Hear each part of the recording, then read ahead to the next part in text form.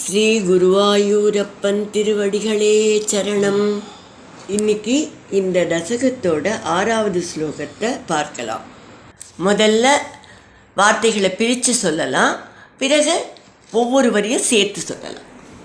அஹஹ பகுலஹிம்சா அஹஹ பகுலஹிம்சா சஞ்சிதார்த்தை குடும்பம் சஞ்சிதார்த்தை குடும்பம் பிரதிதினமனுபுஷ்ணன் பிரதிதினமனுபுஷ்ணன் ஸ்திரீஜிதோ பாலலாலி ஸ்திரீஜிதோ பாலலாலி விசதிஹி கிருஹசக்தோ விஷதிஹி கிருஹசக்தோ யாதனாமய்ய பக்தः யாதனாமய்ய பக்தः கபிலதனுரிதித்வம் கபிலதனுரிதித்வம் தேவஹூத்யை ன்யகாதீஹி தேவஹூத்யை ன்யகாதீஹி அஹஹ பகுலஹிம்சா சஞ்சிதார்த்தை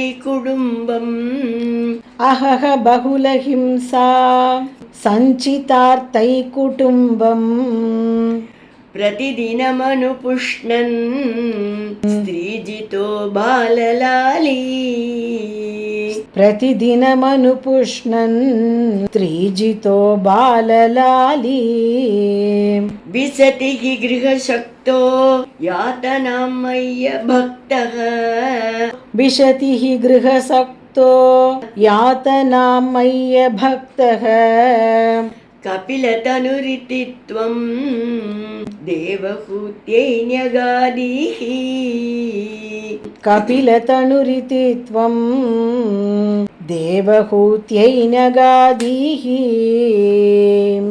இப்போ நாம் இந்த ஸ்லோகத்தோட வார்த்தைகளை பிரித்து அர்த்தங்களை பார்க்கலாம்.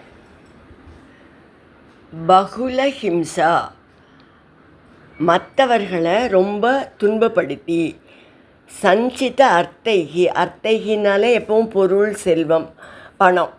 சஞ்சித அர்த்தைகி சேர்க்கப்பட்ட பணத்தால், செல்வத்தினால், குடும்பம், குடும்பத்தை, பிரதிதினம் எப்போதும், அனுபுஷ்ணன் அதை வச்சு குடும்பத்தை பேணி காப்பாற்றி, ஸ்திரீஜிதக பெண்டிற்கு அடிமைப்பட்டு, அதாவது பெண்ணாசை, மனைவி சொல்கிறத தட்ட முடியாதுங்கிறதுனாலேயே அவளோட ஆசைக்காக சில தப்புகளெல்லாம் செய்கிறது இருக்கு இல்லையா, அந்த மாதிரி.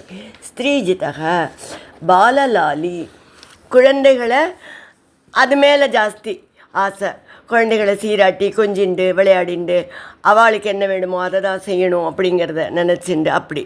கிரகசக்தக இல்லற, இந்த மாதிரி குழந்தை குட்டி பணம் சேர்க்கறது, இந்த மாதிரி இல்லறத்தில் ஜாஸ்தி ஆசை வச்சு பற்று வச்சு, மை அபக்தக இந்த மாதிரி பற்று வைக்கிறதோடு மட்டும் இல்லாமல் என்னிடம் பக்தி இன்றி, அதாவது பகவான்கிட்ட பக்திங்கிறதே இல்லாமல் வெறும் இதில் மட்டுமே ஈடுபட்டு, அகக ஐயோ கஷ்டம், யாதனாம்ஹி நரகத்தையே விசத்தி புகுகிறான், அப்படிப்பட்டவன் நரகத்தை அடைகிறான்.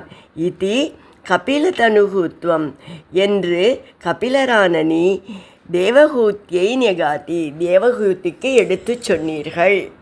இந்த ஸ்லோகத்தை இப்போ முழுவதுமாக பாராயணம் பண்ணலாம். அகஹ பகுலஹிம்சா சஞ்சிதார்த்தை குடும்பம் பிரதிதினமனுபுஷ்ணன் ஸ்திரீஜிதோ பாலலாலி விசதிஹி கிருஹசக்தோ யாதனாமய்ய பக்தः கபிலதனுரிதித்வம் தேவஹூத்யை ன்யகாதீஹி. பக்தி மரணத்தை வெல்லக்கூடியது, மோட்சத்தை அளிப்பது என்று சொல்லிய கபில வாசுதேவர், இந்த பக்திங்கிறது கொஞ்சம் கூட இல்லாமல் உலக வாழ்க்கையோட சிற்றின்பங்களிலேயே ஈடுபட்டு வாழ்பவனோட கதி என்ன அப்படிங்கிறதையும் சொல்கிறார். அதை சொல்கிற போதே அகஹா ஐயோ கஷ்டமே அப்படின்னு சொல்லி ஆரம்பிக்கிறார். அப்படிப்பட்ட அர்த்தமில்லாத வாழ்க்கை வாழற வாளுக்கு வார்னிங் தர மாதிரி இருக்குது அவர் சொல்கிற அந்த முதல் வார்த்தையே. அடுத்தவரை துன்புறுத்தி செல்வத்தை சேர்க்கறது, அந்த பணத்தை கொண்டு தன்னோட குடும்பத்தை ஆடம்பரமாக வசதியாக வாழ வைக்கிறது, மனைவியை சந்தோஷப்படுத்துகிறதே ஒரே குறிக்கோள், குழந்தைகளை கொஞ்சி மகிழ்வதே, அவர்களுக்கு வேணுங்கிறத எப்படியாவது செய்கிறதே பெரும் பாக்கியம் அப்படின்னெல்லாம் இல்லறத்தில் அதிகமாக பற்று வைத்து பகவானை பற்றிய சிந்தனை பக்தி எதுவும் இல்லாதவனோட கதி அடடா மிகவும் கஷ்டமானது, வருத்தத்துக்குரியது என்று கபில வாசுதேவர் சொல்கிறார். மனைவி குழந்தைகள் கிட்ட அன்பு செலுத்துறதோ பணம் சம்பாதிக்கிறதோ தவறுன்னு சொல்லலை. தவறான வழியில் பிறரை கஷ்டப்படுத்தி பணம் சேர்க்கறது, மனைவி குழந்தை குடும்பம் இதுவே எல்லாம், வேறு எதுவுமே எனக்கு வேண்டியதில்லை, தெய்வ சிந்தனை பக்தி அதெல்லாம் எனக்கு தேவையே இல்லை அப்படின்னு வாடுறது தான் தவறு. அவர்களுடைய வாழ்க்கை அவர்களை நரகத்துக்குத்தான் இட்டு செல்லும் என்று கபிலராக அவதாரம் செய்த நீங்கள் தேவகூதிக்கு உணர்த்தினீர்கள் என்று பட்டத்திரிகள் கூறுகிறார்.